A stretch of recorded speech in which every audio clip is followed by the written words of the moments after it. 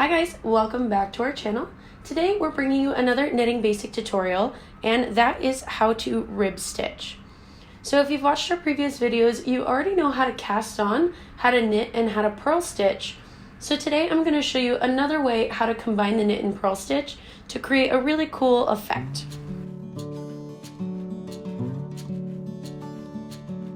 So the rib stitch is basically what you'll see on most of your sweatshirts, on the cuffs or on the neckline. Sometimes it's used for the entire sweater itself, but this is a really common stitch you'll see in a lot of knitwear because it sits really flat. If you notice from just the knit stitch or just the purl stitch, a lot of times the edges can roll a little bit, whereas you can see even just from this swatch, it sits really nice and flat. Also, it's super stretchy, so that's why it's really good for the edging of sweaters because it cinches in, but not so much where it gets tight.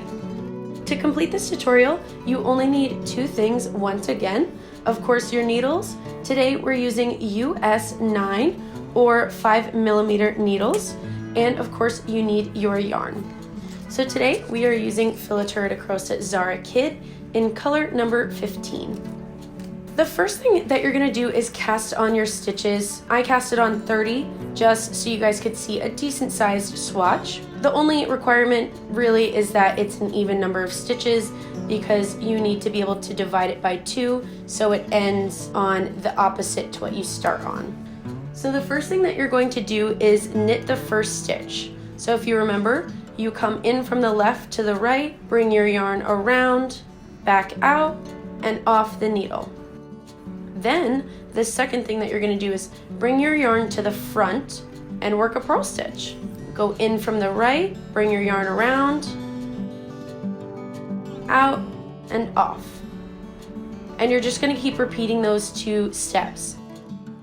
So you do 1 knit stitch and 1 purl stitch. 1 knit stitch and 1 purl stitch. So it's really that simple, you guys. You just keep doing this all the way across the row until you finish, and then I'll show you guys what to do on the back side.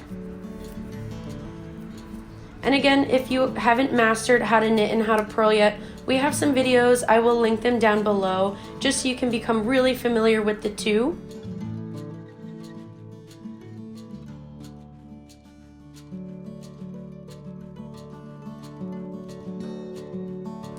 So I have finished my very first row on a purl stitch. As you can see, this is what it looks like. On the back, it looks exactly the same. However, there's one thing you'll notice. If you remember, we ended on a purl stitch for this one. However, on the back side, it's a knit stitch. So you're essentially just gonna keep repeating the knit and purl stitches all the way across. So the last time we ended on a purl stitch, you're going to start with a knit stitch because we're on the back. So we're going to start with a knit stitch and go into a purl stitch and just keep repeating that all the way across. That is all there is to it. So as you can see, again, this material is super bouncy, it's super stretchy, it's really comfortable when you wear it in sweaters. A lot of times this is the brimming for hats as well. So this is a 1x1 rib, and the way you can tell that is there's 1 knit stitch and 1 purl stitch, but you guys can of course go up and change it and do 2 knit stitches, 2 purl stitches, or 3 knit stitches, 3 purl stitches. You just have to make sure it's divisible by however many stitches you do. Thank you guys so much for watching. Make sure you leave a comment and like this video. We'll see you next time.